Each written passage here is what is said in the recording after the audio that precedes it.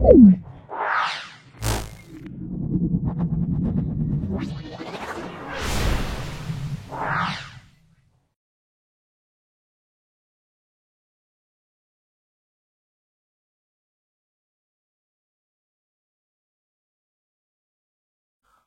আমরা 9 নম্বর সেটটা করছি, সলভ করছি। খুব ভালো করে ভিডিওটা দেখো, যদি ভালো লাগে একটা লাইক করবে। যারা চ্যানেলটাকে এখনো সাবস্ক্রাইব করোনি, চ্যানেলটাকে সাবস্ক্রাইব করে দেবে, বেল বাটনে ক্লিক করে দেবে। আমার পক্ষ থেকে সকলকে ধন্যবাদ এবং শুভকামনা জানাচ্ছি। তোমাদের পরীক্ষা অত্যন্ত ভালো হবে। চলে এসো, আজকে আমরা সেট শুরু করছি। বিগত দিনে আমরা 8টা সেট প্লেলিস্টে দেওয়া আছে। এর সঙ্গে আরও টেস্টের বিভিন্ন প্রশ্ন, প্রত্যেকটা স্কুলের বিভিন্ন প্রশ্ন সলভ করা আছে আমাদের, মানে বিভিন্ন স্কুলের প্রশ্ন 2024-এর প্রশ্ন সলভ করা আছে। খুব ভালো করে দেখবে। তার সঙ্গে দেখো আমাদের এবিটিএ যে টেস্ট পেপারের যে 9 নম্বর মানে সেটটা, সেটা আমি সম্পূর্ণ সলভ করছি। দেখো ভিডিওটা। খালি একটা কথা মনে রাখবে, যেগুলো আগে ধরো হয়েছে সেগুলো নতুন করে আর করছি না, তাহলে মনে রাখবে। তাই তোমাদের বলবো, তোমরা প্রথম থেকে ভালো করে দেখো। দেখলে তোমরা অবশ্যই তোমরা আমার ভিডিও থেকে 100% উপকৃত হবে।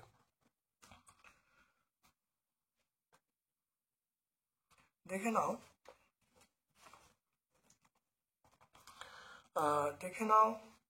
এখানে ওজোন স্তর ধ্বংসে অনুঘটকের কাজ করে।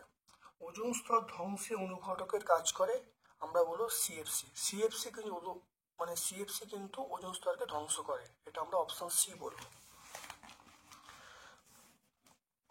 তারপর দেখো ফারেনহাইট স্কেলে পরম শূন্য উষ্ণতার মান কত। এটা মাইনাসটা দেখো আগে দেওয়া আছে, আমি মাইনাসটা এখানে করে দিচ্ছি। তাহলে মনে রাখবে এইটা মাইনাস 459.5, এখানে 459 দেওয়া আছে, তাহলে 459 ডিগ্রি ফারেনহাইট। তারপর চলে এসো বাষ্প ঘনত্ব 8 হলে গ্যাসটি কি হবে, এটা আমরা বলবো বি বলবো। বাষ্প ঘনত্ব 8 হলে আমরা যেটা বলবো সেটা আমরা কি বলবো, বি হবে। এটা কিভাবে বার করে, একটা বার করার নিয়ম আছে, দেখে নাও। এটা প্রথম দেখো 4, সি মানে 12 সঙ্গে 4 যোগ করলে 16, তাহলে 16 কিন্তু হলো আণবিক ভর। তাহলে আণবিক ভরকে 2 দিয়ে ভাগ করলে কত হবে, বাষ্প ঘনত্ব। তাহলে সেই জন্য আমরা 8 বলবো।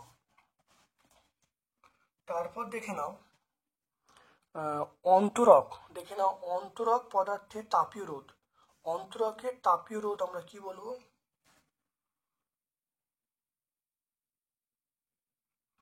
অন্তরকের তাপীয় রোধ আমরা বলবো অসীম। অন্তরকের তাপীয় রোধ আমরা কি বলবো, অসীম বলবো। কোনো মাধ্যম এবং শূন্য মাধ্যমে আলোর বেগের অনুপাতকে আমরা বলবো প্রতিসরাঙ্ক আমরা বলবো সেটা হলো সি/ভি, আমরা অপশন বি বলবো। তারপর দেখো লেন্সের ক্ষমতা ফোকাস দৈর্ঘ্যের ব্যস্তানুপাতিক, ক্ষমতার সঙ্গে ফোকাস দৈর্ঘ্য ব্যস্তানুপাতিক। আরপি সমান R1 প্লাস R2, আরপি সমান R1 into R2 by R1 plus R2 সূত্রটা। তাহলে R1 প্লাস R2, এটা মনে রাখবে। তাহলে R1 এর মান দেখো 3 আর 6, এটা হলো 3, এটা 6, এটা 3 প্লাস 6, তাহলে 3 ইন্টু 6 এটা 9 হবে। তো এটা কাটাকুটি করলে এটা 3 হবে, এটা 2 হবে। তাহলে আরপির মান আমরা পেয়ে যাব 2। তাহলে তুল্য রোধ বা তুল্যাঙ্ক রোধ কত হবে, এটা হবে 2 ওহম আমরা বলবো। তাহলে কোন অপশনটা হবে দেখে নাও, এটা অপশন আমরা অপশন সি বলবো। তাহলে অপশন সি বলবো। তারপর দেখে নাও জুল পার কুলম কোন ভৌত রাশির একক। জুল পার কুলম আমরা বলবো বিভব প্রভেদ, অপশন বি বলবো। জুল পার কুলম আমরা বলবো বিভব প্রভেদের একক।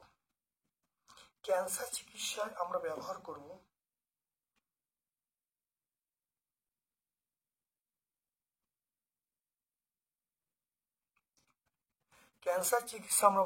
কোবাল্ট। তারপর দেখো কোন শ্রেণীতে কঠিন তরল গ্যাস 3 প্রকার মৌল উপস্থিত, এটা হলো 17 নম্বর শ্রেণীতে।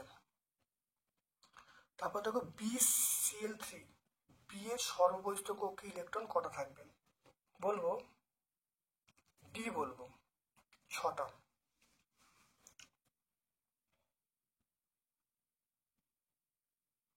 এটা আমরা বলবো 6টা বলবো। তারপর দেখো থার্মিট মিক্সচারটি হলো বা থার্মিট মিশ্রণটি হলো,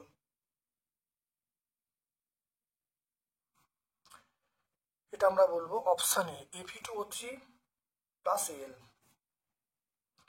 তারপর দেখো গলিত NaCl এ এসি পাঠানো হলে ক্যাথোডে কি উৎপন্ন হবে, গলিত NaCl এ এসি পাঠালে কিছুই হবে না, কারণ এখানে মানে এসি পাঠালে তড়িৎ বিশ্লেষণ ঘটবে না।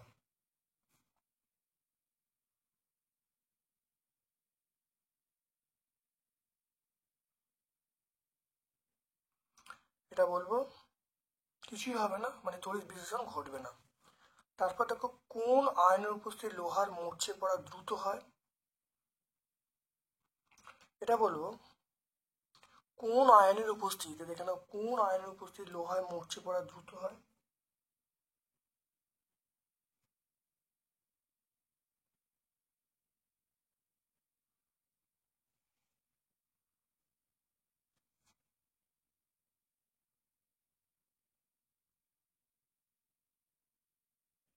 এটা আমরা বি বলবো,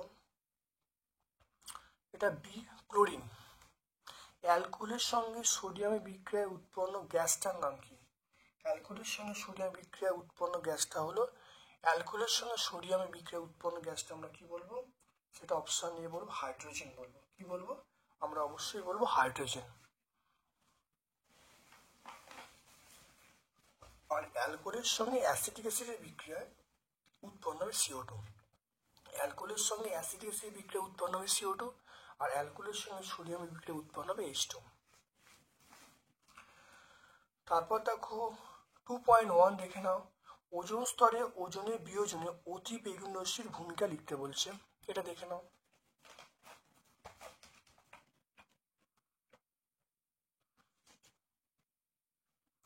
দেখে নাও এটা পেজ নাম্বার 4-এ দেখো পেয়ে যাবো।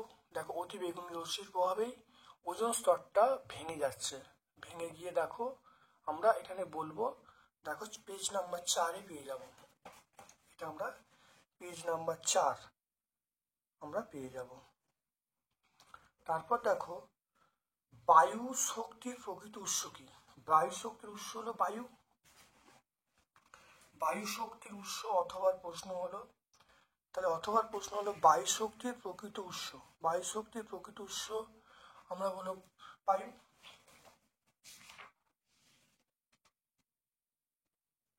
দেখে নাও প্রবাহিত, দেখো প্রবাহিত বায়ুর গতিশক্তি হলো বায়ু শক্তি, অর্থাৎ দেখে নাও প্রবাহিত বায়ুর গতিশক্তি হলো বায়ু শক্তি, বায়ুকলের সাহায্যে বায়ু শক্তিতে যান্ত্রিক শক্তি রূপান্তরিত করা হয়। দেখতে পাচ্ছ, এটা পেজ নাম্বার 7-এ আমরা পাবো, এটা আমরা পাবো পেজ নাম্বার 7। তাপন মূল্যের এসআই একক কি, তাপন মূল্যের আমরা এসআই একক কি বলবো, সেটা হলো আমরা বলবো জুল পার কেজি।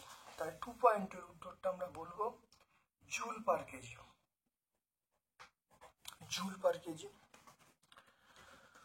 2.3 দেখো কত কেলভিন তাপমাত্রা আদর্শ গ্যাসের চাপ শূন্য হয়, 0 কেলভিন, 0 কেলভিনে গ্যাসের তাপ মানে চাপ এবং আয়তন দুটো শূন্য হয়। তারপর চলে এসো গ্যাসীয় পদার্থের ক্ষেত্রে গ্যাসীয় পদার্থের ক্ষেত্রে মোলার আয়তনের মান কত, গ্যাসীয় পদার্থের ক্ষেত্রে মোলার আয়তনের মান সেটা হলো 22.4 লিটার, আমরা বলবো 22.4 লিটার। তারপর দেখো কোন শর্তে বাস্তব গ্যাস কোন শর্তে বাস্তব গ্যাস বয়েল ও চাল সূত্র মেনে চলে? এটা বলবো অথবার প্রশ্ন। কোন শর্তে বাস্তব গ্যাস বয়েল ও চাল সূত্র মেনে চলে? উচ্চ উষ্ণতা ও নিম্ন চাপ। উচ্চ উষ্ণতা ও নিম্ন চাপ। তাহলে সত্য মিথ্যা? কঠিন তরল গ্যাসের মধ্যে গ্যাসের প্রসারণ গুণাঙ্ক সবচেয়ে বেশি। কঠিন তরল গ্যাসের মধ্যে গ্যাসের প্রসারণ গুণাঙ্কের মান সবচেয়ে বেশি। এটা সত্য। 2.5 2.5 এটা আমরা বলবো সত্য বলবো। তারপর দেখো 2.6 আলোকরশ্মি ঘন থেকে লঘু মাধ্যমে প্রতিষ্ঠিত হলে আপাতন কোণ আলোকরশ্মি ঘন মাধ্যম থেকে লঘু মাধ্যমে প্রতিষ্ঠিত হলে তাহলে আপাতন কোণ প্রতিসরণ কোণের মধ্যে কোনটা বড়? প্রতিসরণ কোণ।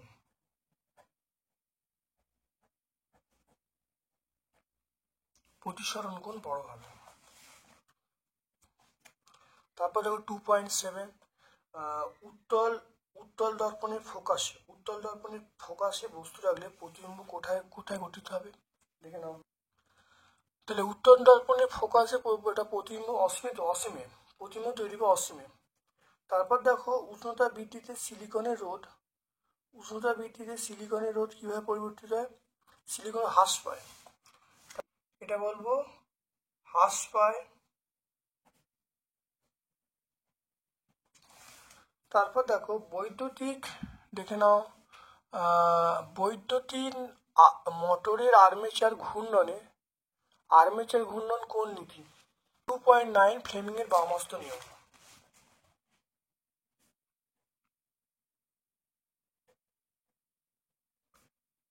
ফ্লেমিং এর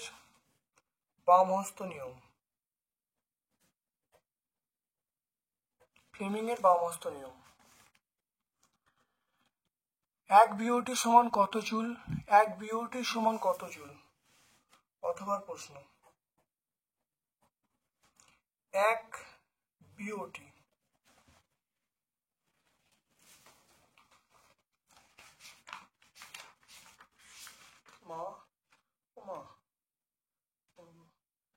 বিওটি সমান আমরা বলব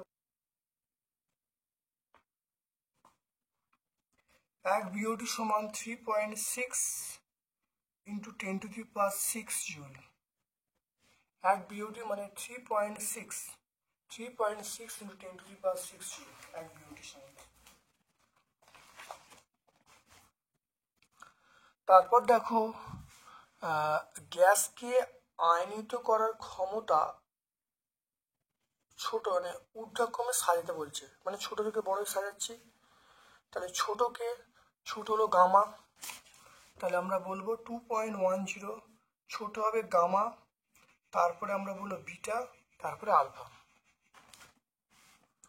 কোন ধরনের নিউক্লিয় বিক্রিয়ায় শৃঙ্খল বিক্রিয়া ঘটে? এটা আমরা বলবো অথবা প্রশ্ন আমরা বলবো নিউক্লিয় বিভাজন।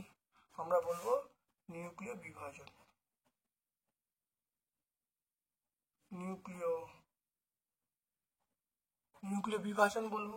নিউক্লিয় বিভাজন।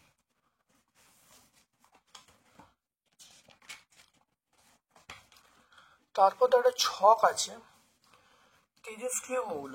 দেখো একটি তেজস্ক্রিয় মৌল আমরা বলবো রেডন।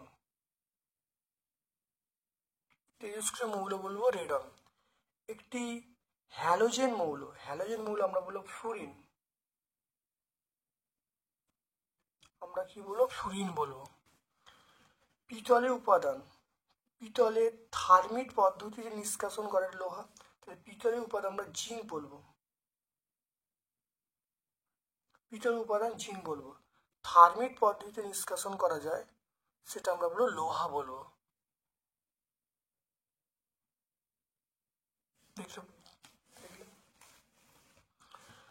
তারপর দেখো C2H2 তে কোন ধরনের বন্ধন আছে?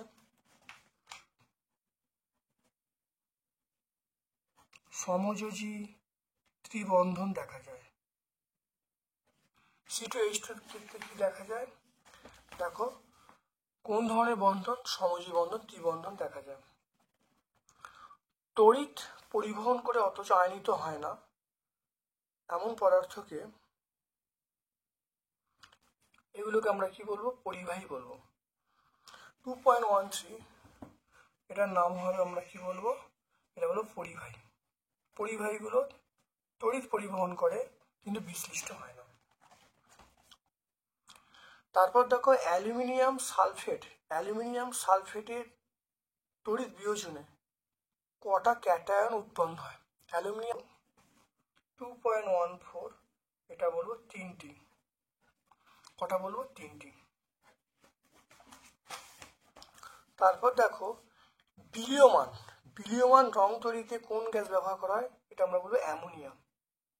অ্যামোনিয়া ব্যবহার করে, অ্যামোনিয়া। ক্ষারীয় ZnCl2 জলীয় দ্রবণে, ক্ষারীয় ZnCl2 জলীয় দ্রবণে H2S পাঠানো হয় যে অদক্ষেপ পদক্ষেপের বর্ণ এবং সংকেত। ক্ষারীয়, এটা ZnS বলবো। এটা হলুদ বর্ণের, এটা হলো সাদা, সাদা বর্ণের অদক্ষেপ পড়ে ZnS।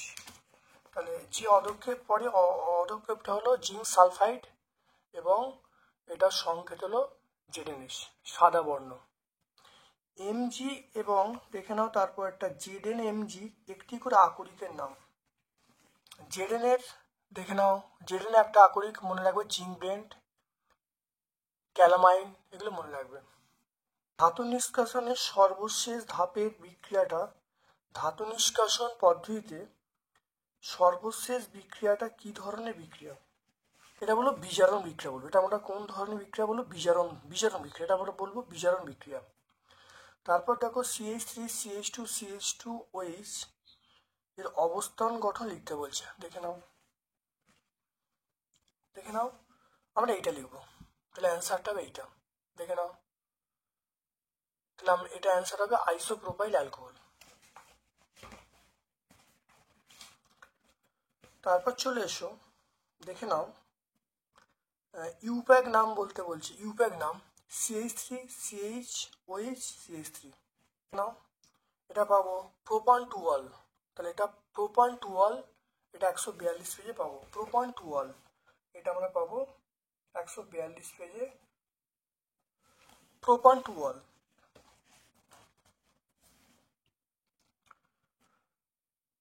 তারপর দেখো পাওয়ার অ্যালকোহলের উপাদান 3.1। তো ইথাইল অ্যালকোহল 20% আর বেনজিন অল্প অল্প পরিমাণে থাকে। এই মিশ্রণকে আমরা বলবো পাওয়ার অ্যালকোহল বলবো।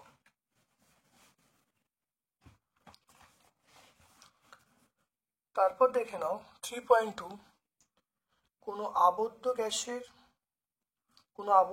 উষ্ণতা 1 ডিগ্রি বৃদ্ধি করলে চাপ 0.4% বৃদ্ধি পায়। গ্যাসের প্রাথমিক উষ্ণতা কত? দেখে নাও ভালো করে। দেখো P1 দেখে নাও, প্রাথমিক চাপ P1, অন্তিম তাপমাত্রা আমরা বলবো T1, অন্তিম তাপমাত্রা দেখে নাও, প্রাথমিক তাপমাত্রা T1টাকে T ধরা হয়েছে, T কেলভিন। প্রাথমিক চাপ P1টাকে P ধরা হয়েছে, অন্তিম তাপমাত্রা T2টাকে T2 ধরা হয়েছে, T+1 ধরা হয়েছে কেলভিন। তাহলে এবারে P2 মানে অন্তিম চাপ। অন্তিম চাপ আমরা কি বলবো? দেখো 0.4% বাড়ছে, 0.4% বাড়া মানে 100 প্লাস 0.4 মানে 100.4/100 ইন্টু P হয়ে গেল। এবার আমরা সূত্র জানি P1/T1 সমান P2/T2।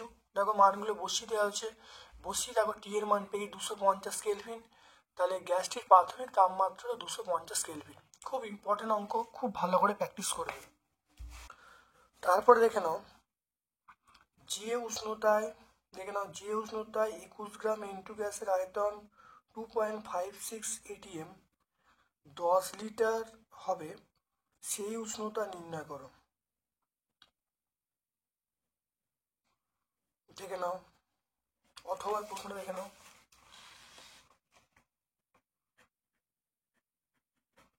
অথবা প্রশ্ন, তাই ডব্লিউর মান আমি পেয়ে গেলুম 21 গ্রাম নাইট্রোজেনের এম মানে আমরা 28 গ্রাম পার মোল বলবো।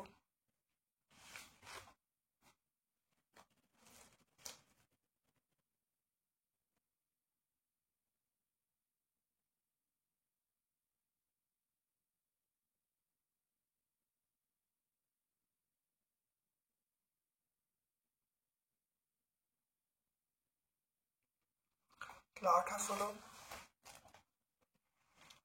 তারপরে দেখো পি এর মান 2.56 এটিএম বলবো। ভি এর মান বলবো 10 লিটার বলবো। তাহলে আমার তাপমাত্রা বার করতে বলছে, এখানে PV equal to nRT, N মানে ডব্লিউ বাই এম আরটি। তাহলে এখান থেকে দেখো টি এর মান পেয়ে যাব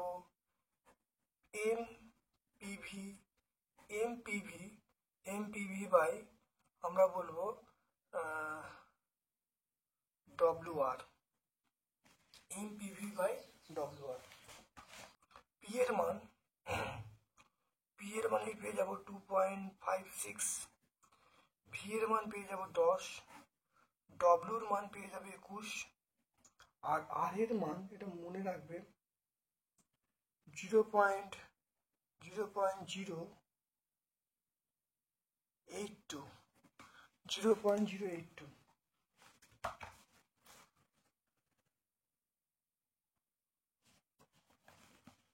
এই মানটা মনে রাখবে। এবার দেখো এখানে ক্যালকুলেশন করলে আমরা টি এর মান পাবো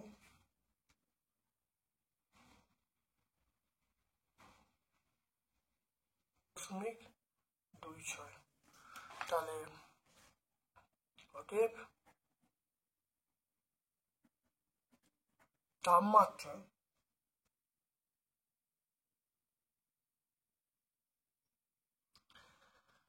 তাহলে 416.26 মাইনাস আমরা কি বলবো, মাইনাস বলবো 273 ডিগ্রি সেন্টিগ্রেড। এটা করলে হবে 143.26 ডিগ্রি সেন্টিগ্রেড। দেখে নাও, তাহলে মানটা বসিয়ে দিয়েছি, মানটা বসিয়ে দিলে আনসার চলে গেলো। এখানে ডব্লিউর মান দেওয়া আছে, এম এর মান দেওয়া আছে, পি এর মান, ভি এর মান দেওয়া আছে, টি এর মান দেখো বার করে সবার মানটাকে বসিয়েছি। আর এর মান মনে রাখবে 0.082। এই মানটা বসিয়ে দিয়ে ক্যালকুলেশন করে উত্তর পেয়ে গেছি 143.26 ডিগ্রি সেন্টিগ্রেড।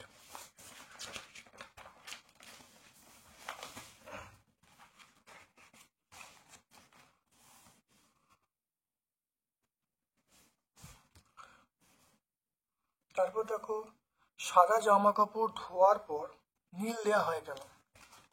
দেখে নাও সাদা জামা কাপড় কাচার পর জামা কাপড় কিছুটা হলদে দেখায়, তখন উপযুক্ত পরিমাণ নীল জলে গুলে ওই জামা কাপড় ডোবালে হলদে ভাব কমে যায়, যে জামা কাপড় ধবধবে সাদা দেখায়।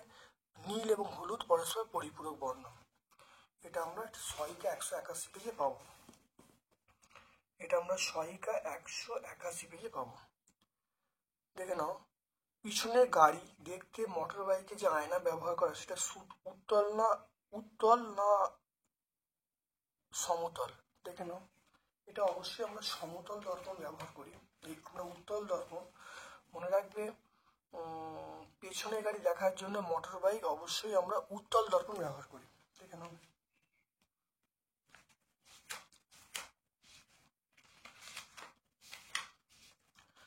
উত্তল দর্পণ কেন ব্যবহার করি। দেখেন আমরা উত্তল দর্পণ ব্যবহার করি, উত্তল দর্পণ সর্বদা খর্বকে অশুদ্ধ গঠিত করে, ফলে গাড়ির পেছনে থাকা অনেক দূরের গাড়ি বা ব্যক্তির খর্বকে অসৎবিম্ব উত্তল দর্পণে দেখতে পায়, ফলে গাড়ির কোনো দুর্ঘটনা ঘটে না। এটা আমরা 41 পেজে পাবো, টেক্সট বই আমরা 41-এ পাবো।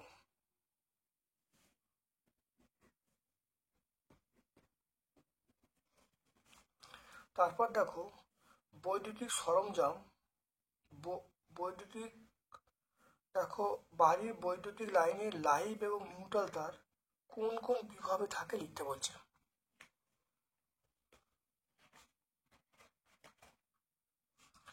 এটা দেখে নাও, মনে রাখবে লাইভ তার নিউট্রাল তারটা মনে রাখবে, নিউট্রাল তারটা গ্রাউন্ড করা থাকে, তাই নিউট্রাল তারটা গ্রাউন্ডে আর্থিংয়ের সঙ্গে যুক্ত আর 0 বিভব, আর লাইট তার সাপ্লাই মানে 220 ভোল্টের সঙ্গে যুক্ত থাকে।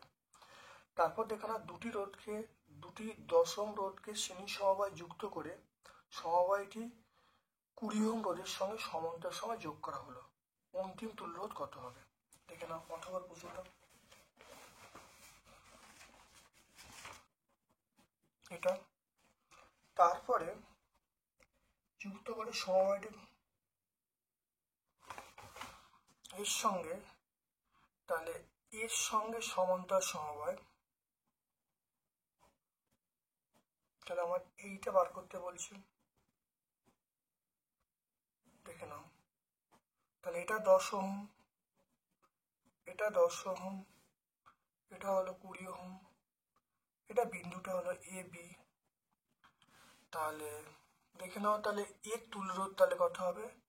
তাহলে এটা যদি R1 ধরি, এটা যদি R2 ধরি, তাহলে এখানে R1 R2 শ্রেণী সমবায় আছে, R1 ও R2 শ্রেণী সমবায় আছে।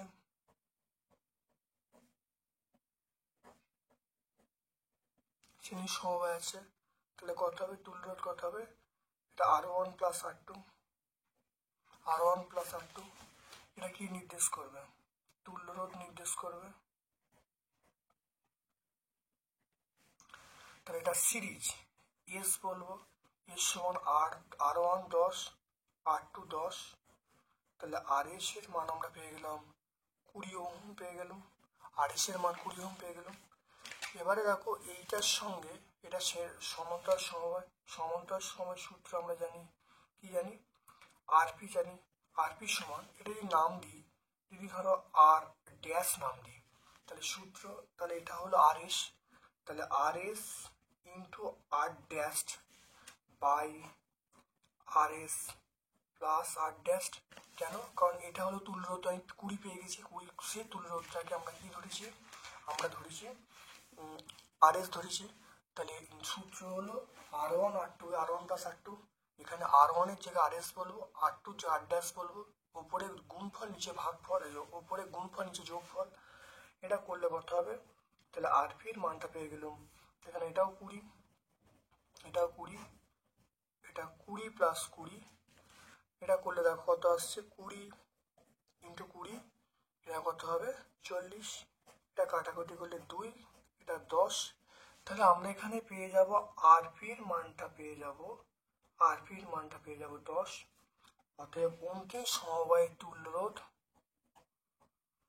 অন্তিম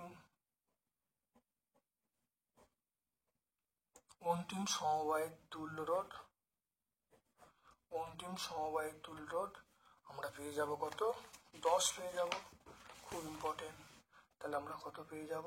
10 ওহম পেয়ে যাব। তাহলে অন্তিম সমবায় তুল্য রোধ পেয়ে গেলাম, 10 ওহম পেয়ে গেলাম। দেখো নাইট্রোজেন, দেখে নাও নাইট্রোজেন অণুর ডট গঠন আঁকতে বলছে, দেখে নাও, দেখে নাও। আমরা এটা পেজ নাম্বার 109 পাবো, খুব ভালো করে মন দিয়ে দেখে নাও, 109। তাহলে পেজ নাম্বার আমরা 109 পাবো।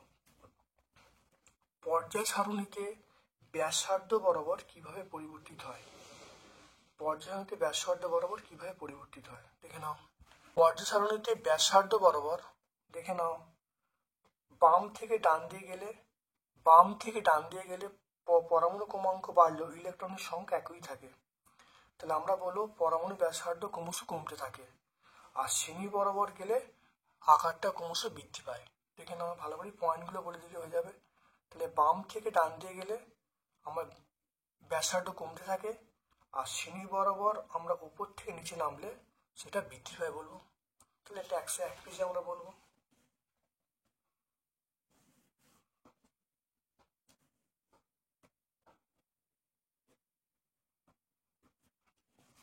Page number 101। তারপরে দেখো অ্যামোনিয়াকে জলের নিম্ন অপসারণ দ্বারা সংগ্রহ করা যায় না কেন? অ্যামোনিয়াকে জলের নিম্ন অপসারণ দ্বারা সংগ্রহ করা যায় না কেন? অ্যামোনিয়া অত্যন্ত জলে দাব্য, জলে নিম্ন অপসারণ দ্বারা সংগ্রহ করা হলে তাহলে গ্যাসটা জলে দ্রবীভূত হয়ে যাবে এবং অ্যামোনিয়াম হাইড্রক্সাইড উৎপন্ন করবে। এই অবস্থায় গোলতল ফ্লাক্সে শূন্যতা সৃষ্টি করবে। তা পূরণের জন্য গ্যাস জার থেকে জল উত্তপ্ত জলতল ফ্লাক্সে প্রবেশ করবে, মানে জল তাহলে গ্যাস জার থেকে উত্তপ্ত গোলতল ফ্লাক্সে প্রবেশ করবে এবং ফ্লাক্স ফেটে যাবে। ফলে এই জন্য অ্যামোনিয়াকে নিম্ন অবস্থানে সংগ্রহ করা যায় না। পেজ নাম্বার 374 আমরা বলবো, এটা বলবো পেজ নাম্বার সহায়িকা 374 এটা আমরা বলবো। তারপর দেখে নাও ইউরিয়ার ব্যবহার উল্লেখ করতে বলছে।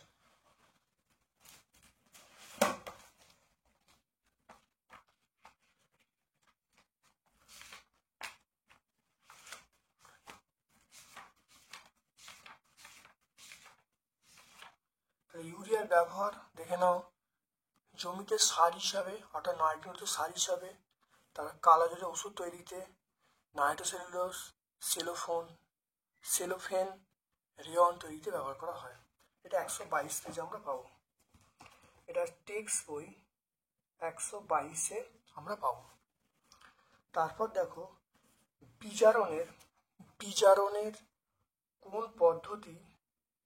বিজারণের কোন পদ্ধতির সাহায্যে আমরা ধাতু নিষ্কাশন করি। হিমাটাইট থেকে লোহা, কপার পাইরাইট থেকে কপার, বক্সাইট থেকে অ্যালুমিনিয়াম, জিঙ্ক ব্লেন্ড থেকে জিঙ্ক। দেখে নাও ভালো করে প্রক্রিয়া এর মতো করা যায়। তাহলে আলোচ্য প্রশ্নের উত্তর হবে কার্বন বিজারণ পদ্ধতিতে আমরা জিঙ্ককে পৃথক করি। কার্বন বিজারণ পদ্ধতির মাধ্যমে আমরা, তাহলে অ্যান্সার হবে কার্বন বিজারণ পদ্ধতি। পলিমার এবং মনোমারের পার্থক্য কি?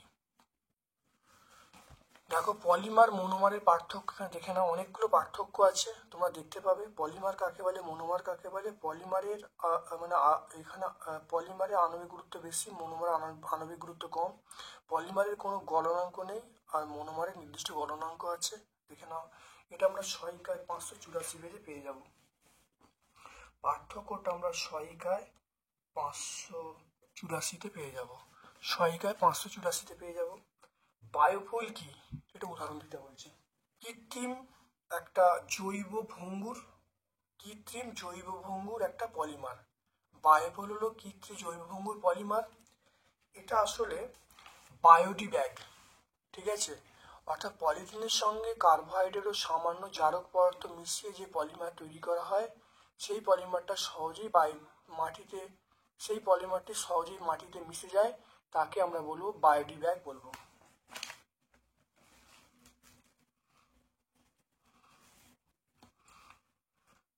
এটা আমরা সহায়িকায় 588 পেজে পাবো।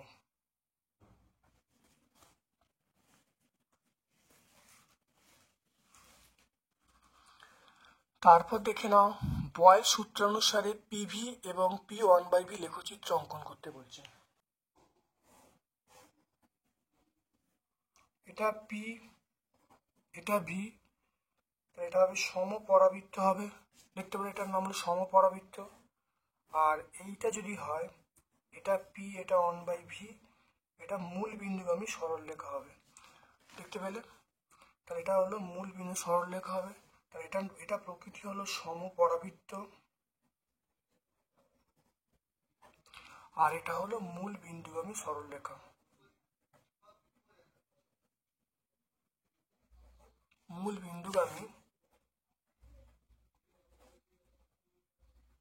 সরলরেখা। তারপর দেখো 1 পাস্কেল সমান ড্যাশ নিউটন মিটার স্কয়ার, এটা 1 হবে। তাহলে মনে রাখতে হবে এটা 1 হবে। তাহলে 1 পাস্কেল সমান 1 নিউটন পার মিটার স্কয়ার। মনে রাখবে 1 পাস্কেল মানে 1 নিউটন পার মিটার স্কয়ার। 1.59 গ্রাম কিউবিক অক্সাইডের ওপর দিয়ে হাইড্রোজেন গ্যাস বিজারিত করে ধাতব কপারে পরিণত করা হলো। কত গ্রাম ধাতব কপার উৎপন্ন হবে, এর জন্য কত গ্রাম হাইড্রোজেন লাগবে সেটা বলতে বলছে। নাও CuO প্লাস H2 সমান Cu প্লাস H2O।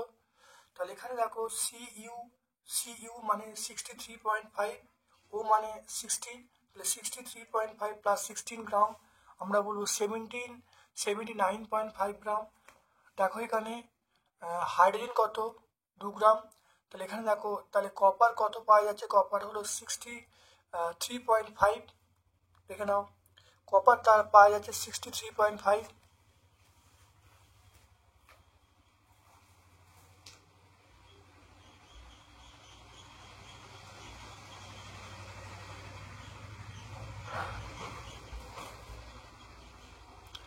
দেখো 79.5 গ্রাম কিউবিক অক্সাইড থেকে কপার উৎপন্ন করবে কত, 63.5।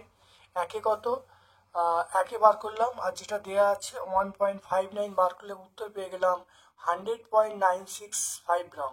তাহলে অ্যান্সার পেয়ে গেলাম 100.965 গ্রাম। অ্যান্সার পেয়ে গেলাম এটা। এরপর দেখো একটা অথবার প্রশ্ন আছে, দেখে নাও। 760 মিলিমিটার এইচজি চাপে 273 কেলভিন উষ্ণতায় কোনো গ্যাসের 1.6 গ্রাম আয়তন, সেটা হলো 1.12 লিটার। গ্যাসটির মোলার ভর এবং হাইড্রোজেনের সাপেক্ষে বাষ্প ঘনত্ব কত হবে? খুব ভালো করে দেখে নাও। এখানে দেখে নাও পি এর মান 760 মিমি এইচজি, এটিএম এ চেঞ্জ করলে 760 দিয়ে ভাগ করব, তাহলে 1 এটিএম। টি এর মান 273, ডব্লিউর মান 1.6, ভি এর মান বলা আছে। এবার আমরা জানি PV equal to nRT, N এর মানে ডব্লিউ বাই এম। এখান থেকে দেখো এম এর মান বার করে নিলাম। প্রত্যেকের মানগুলো দেখো বসিয়ে দেওয়া হলো।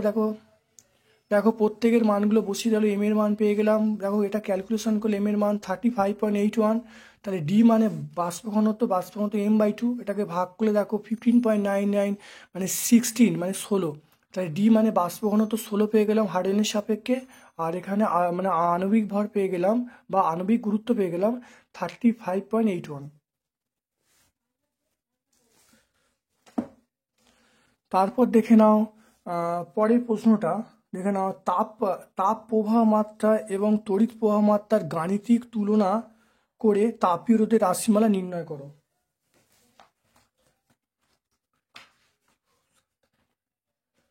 দেখে নাও এখানে দেখো তুলনা, দেখে নাও এই সমীকরণটা এখান থেকে এটা প্রতিষ্ঠা করলে অ্যান্সার পেয়ে যাবো। দেখে নাও আমরা এইখান থেকে মনে করি থেকে শুরু করে বলা হয় পর্যন্ত করলে আমরা কিন্তু টোটাল উত্তরটা পেয়ে যাব। এটা আমরা টেক্সট বইয়ে 33 পেজে পেয়ে যাব।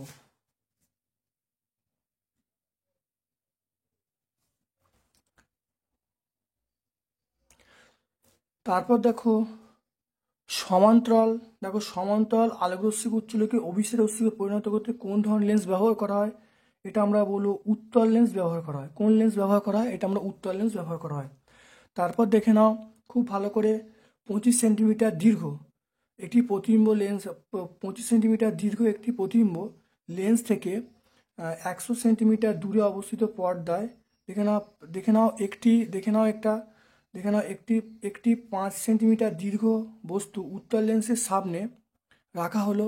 25 সেন্টিমিটার দীর্ঘ প্রতিবিম্ব লেন্স থেকে 100 সেন্টিমিটার দূরে অবস্থিত পর্দায় প্রতিবিম্ব গঠিত হলো। ফোকাস দূরত্ব নির্ণয় করতে বলছি। প্রথমে দেখে নাও আমরা দেখো পেয়ে যাব বিবর্ধন, তাহলে এম সমান ভি বাই ইউ। তাহলে ভি মানে দেখো প্রতিবিম্বের উচ্চতা বাই বস্তুর উচ্চতা, করলে 5 পেয়ে গেলাম। এটা ছাড়াও আমরা জানি যে বিবর্ধন, রৈখিক বিবর্ধন মানে প্রতিবিম্ব দূরত্ব বাই বস্তুর দূরত্ব। খুব ভালো করে দেখে নাও প্রতিবিম্ব দূরত্ব 100 বলা আছে। দেখে নাও প্রতিবিম্ব দূরত্ব এখানে দেখে নাও কত বলা আছে, দেখো 100 সেন্টিমিটার। দেখো 100 সেন্টিমিটার, তাহলে 100 বাই বস্তু দূরত্ব, তাহলে এটা দেখো এটা করলে দেখো বস্তু দূরত্ব পেয়ে যাবো, তাহলে 100 বাই 5 তাহলে 20। তাহলে এটা 20 পেয়ে গেলাম। তাহলে বস্তু দূরত্ব ইউ এর মান পেয়ে গেলাম 20 সেন্টিমিটার। আর ভি এর মান আমরা কত এখানে দেখো বলা আছে, এখানে পেয়েছি দেখো 100 সেন্টিমিটার। তাহলে আমরা জানি একটা সূত্র আছে, সেটা হলো 1/v minus 1/, equal to 1/f। তাহলে এখন মানগুলো বসিয়ে সমাধান করতে আমরা এখানে এফ এর মান পেয়ে গেলাম। এফ এর মান দেখো -25। তাহলে -25 বলতে লেন্সটার ফোকাস দূরত্ব কত হয় 25 সেন্টিমিটার। তখন আর ঋণাত্মক চিহ্নটা নিতে হবে না, অবশ্যই কত হবে 25 সেন্টিমিটার। তারপর দেখে নাও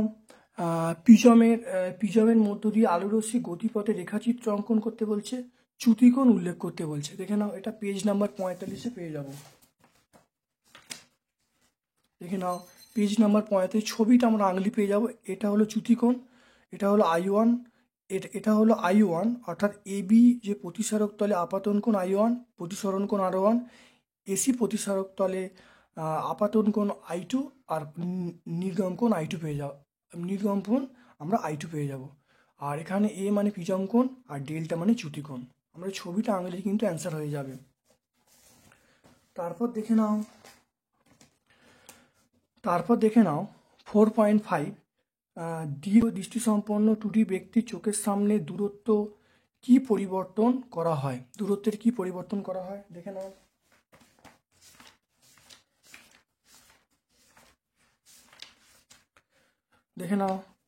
মনে রাখবে এটা যেটা করা হয়, দেখে নাও, এটা ফোকাস দৈর্ঘ্য বেড়ে যায়।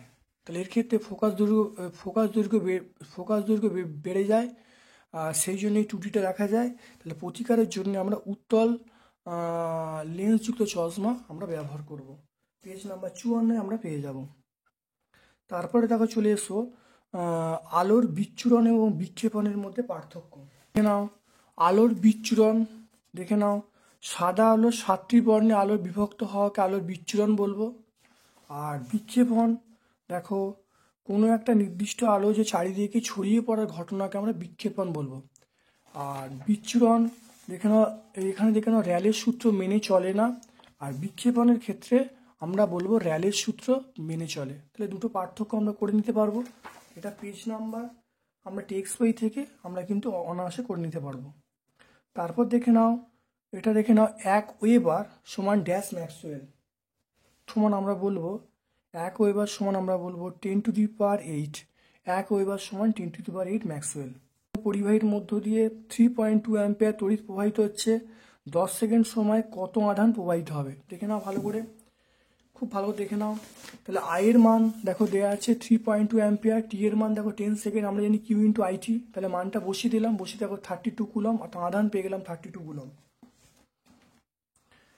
তারপর দেখে নাও এরপরে দেখে নাও 4.7 দেখে নাও R1, R2, R3 তিনটি রোধ, এগুলো সমান্তর সমবায় আছে।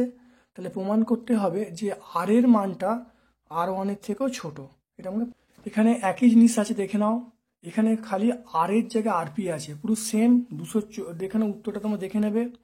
এটা দেখো 224 পেজে আছে, RP বলা আছে, কিন্তু তোমাদের কোশ্চেনে R বলা আছে। তাহলে RP এর জায়গায় তোমরা R লিখবে, উত্তর চলে আসবে পেজ নাম্বার 214। তাহলে সহায়িকা আমরা 214 পেয়ে যাব। তারপর দেখে নাও একটা অথবার অঙ্ক, বায়ুতে দুটি আধান 2 মিটার দূরত্বে অবস্থান করে আছে, একটি আধান অপরটা দ্বিগুণ। তাহলে আধান দুটোর মধ্যে বিকর্ষণ বল বলা আছে, প্রতিটি আধানের মান কত হবে বার করতে বলেছে। খুব ভালো দেখে নাও, একটু বড় অঙ্ক। আমরা জানি F সমান Q1 Q2/4πε0 r²। এবারে মনে রাখবে যে একটার আধান অপরটা দ্বিগুণ, একটা আধান যদি কিউ হয় তাহলে অপরটা 2Q হবে। দেখো মানটা বসিয়ে দিয়েছি। আর এখানে মনে রাখবে 1/4πε0 এর মানটা, এটার নাম হলো ε0। এটার মান কত? এর মান অবশ্যই মনে রাখবে 9 × 10⁹। তাহলে এই যে পোর্শনটা 1/4πε0 এর মানটা হলো 9 × 10⁹। দেখো বলের মান বসিয়ে দিয়েছি, আধানের মান বসিয়ে দিয়েছি, বসিয়ে আধানটার Q² মান দেখো এখান থেকে পেয়ে যাচ্ছি 15.77। তাহলে কিউ এর মান পেয়ে গেলাম 3.97। তাহলে একটা আধান পেয়ে গেলাম 3.97 কুলম, আর অপর আধান পেয়ে গেলাম 2 × 3.97 মানে 7.94 কুলম। তাহলে অ্যান্সার পেয়ে গেলাম 7.94 কুলম। যাই হোক, মানে ক্যালকুলেটর ছাড়া এই অঙ্কটা কিন্তু করাটা খুব মুশকিল। যদি এরকম অঙ্ক পরীক্ষায় পড়ে যতদূর সম্ভব তোমরা করে আসবে। তারপর দেখে নাও 4.8 তেজস্ক্রিয়তা এসে একক, এটা অনেকবার হয়েছে, এটা আমরা বলবো বেকারল। তেজস্ক্রিয়তা এসে একক আমরা কি বলবো? আমরা বলবো বেকারল। ঠিক আছে। তারপর দেখো পরের প্রশ্ন দেখো, তেজস্ক্রিয় বিঘটনের কারণ কি? খুব তেজস্ক্রিয়তার কারণ আর তেজস্ক্রিয় বিঘটনের কারণ একই উত্তর হবে। মনে রাখবে এখানে নিউটন আর প্রোটনের যে অনুপাতটা 1.5 থেকে বেশি হয়। তাহলে 5 থেকে বেশি হওয়ার জন্য নিউক্লিয়াসটা অস্থায়ী হয়ে পড়ে, এই জন্য বিঘটন শুরু হয়। তাহলে আমরা এই প্রশ্ন মানে 7 প্রশ্ন উত্তরটা বলবো সহায়িকা 261 পেজে। তাহলে আমরা কত বলবো? আমরা বলবো সহায়িকা 261 বলবো। তারপর দেখো ABC তিনটে মৌল আছে যাদের পরমাণু ক্রমাঙ্ক 11, 16, 18। এটা বলা আছে এর যোজ্যতা বার করতে বলছে, বিমোল অবস্থান বার করতে বলছে, আর কোন মৌলের ধাতব ধর্ম সবচেয়ে বেশি, এটা 11। কপার তড়িৎদ্বার ব্যবহার করে CuSO4 তড়িৎদ্বার তড়িৎ বিশ্লেষণ করলে বর্ণের কোনো পরিবর্তন হয় না কেন? আর জলে তড়িৎ বিশ্লেষণ ক্যাথোডে কি গ্যাস উৎপন্ন হয়? দেখে নাও।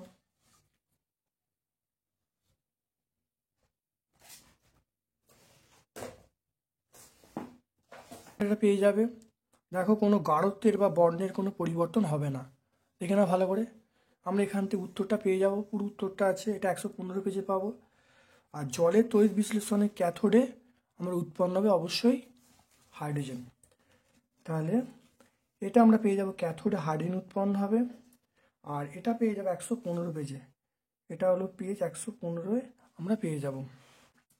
তারপর দেখো অথবার প্রশ্ন হলো অ্যালুমিনিয়াম সালফেট থেকে জলীয় দ্রবণের তড়িৎ বিয়োজন সমীকরণটা লিখতে বলছে। অ্যালুমিনিয়াম সালফেট, এখানে অ্যালুমিনিয়াম অক্সাইড তোমাদের বই আছে অ্যালুমিনিয়াম অক্সাইড, দেখে নাও এই বিক্রিয়াটা লিখলে হবে, কিন্তু কোশ্চেনে অ্যালুমিনিয়াম সালফেট আছে, ওটা মনে রাখবে অ্যালুমিনিয়াম অক্সাইড।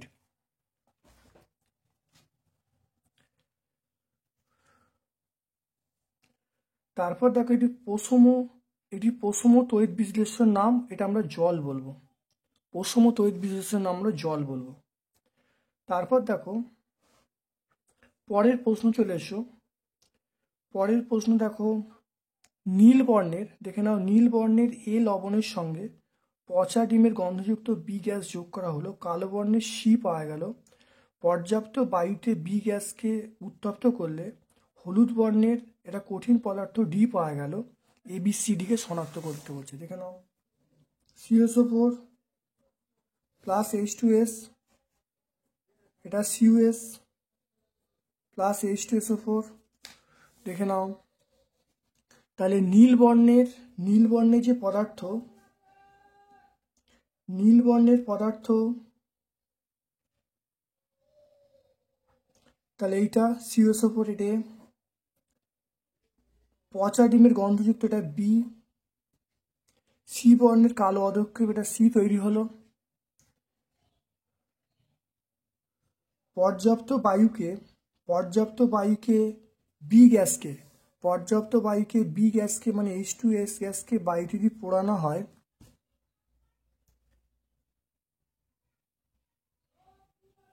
বায়ুতে পোড়ালে কি উৎপন্ন হবে? পর্যাপ্ত বায়ুতে যদি পোড়ানো হয় তাই সালফার উৎপন্ন হবে। তাহলে পর্যাপ্ত বায়ুতে পোড়ালে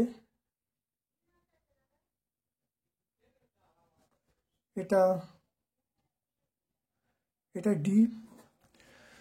তাহলে দেখো কপার সালফেটের জলীয় দ্রবণ H2S পাঠালে এটা হলো আমরা বলবো কি উৎপন্ন হবে, এটা হলো কপার সালফাইড উৎপন্ন হবে এবং সালফিক অ্যাসিড উৎপন্ন হবে।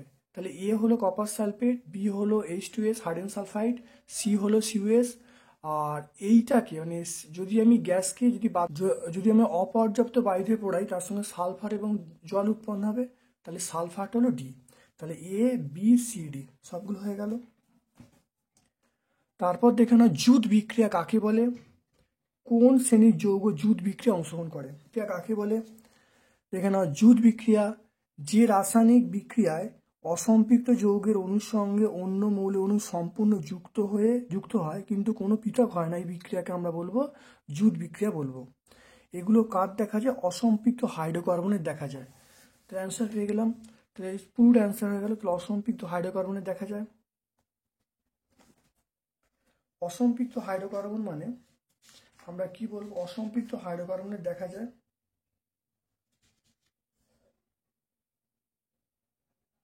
অর্থাৎ দ্বিবন্ধনযুক্ত মৌলের ক্ষেত্রে দেখা যায়, এটা আমরা বলতে পারবো। তারপর দেখে নাও এটা উদাহরণ দিতে বলছে জুট বিক্রিয়া।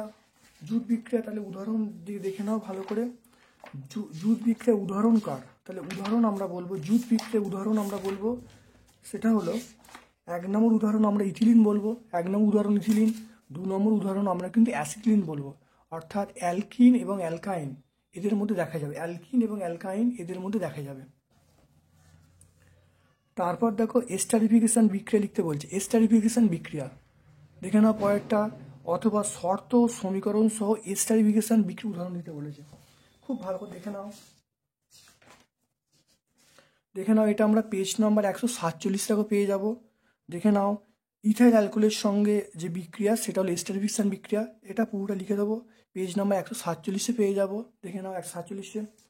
তারপরে দেখো পেয়ে যাব, দেখো ডিনেচার স্পিরিট কাকে বলে। ডিনেচার স্পিরিট দেখে নাও, ডিনেচার স্পিরিট কি এটা দেখে নাও আমরা কি ব্যবহার করব। এটা দেখে নাও আমরা ব্যবহার করব স্টোভ, স্পিরিট, ল্যাম্পের জ্বালানি হিসাবে আমরা এটা ব্যবহার করব। তাহলে কোথায় ব্যবহার করব? এটা হলো পানের অযোগ্য, পেন্ট, বার্নিশের দাবক রূপে, স্টোভ, স্পিরিট, ল্যাম্পের জ্বালানি হিসাবে আমরা ব্যবহার করব। তাহলে এটা আমরা পাবো 148 পেজে, এটা পেজ নাম্বার 148 এটা পাবো। আর আগেরটা আমরা পাবো পেজ নাম্বার 147, এটা হলো পেজ নাম্বার 147। তাহলে আজকে আমরা ভিডিওটা সম্পূর্ণ করলাম। প্রথম থেকে শেষ পর্যন্ত দেখার জন্য সবাইয়ের কাছে বিশেষভাবে অনুরোধ জানাচ্ছি। কেমন লাগলো কমেন্ট সেকশানে কমেন্ট করবে, যদি ভালো লাগে একটা লাইক করবে। যারা চ্যানেলটাকে সাবস্ক্রাইব করোনি প্লিজ চ্যানেলটাকে সাবস্ক্রাইব করে দেবে। আমার পক্ষ থেকে সকলকে ধন্যবাদ এবং শুভকামনা জানাচ্ছি।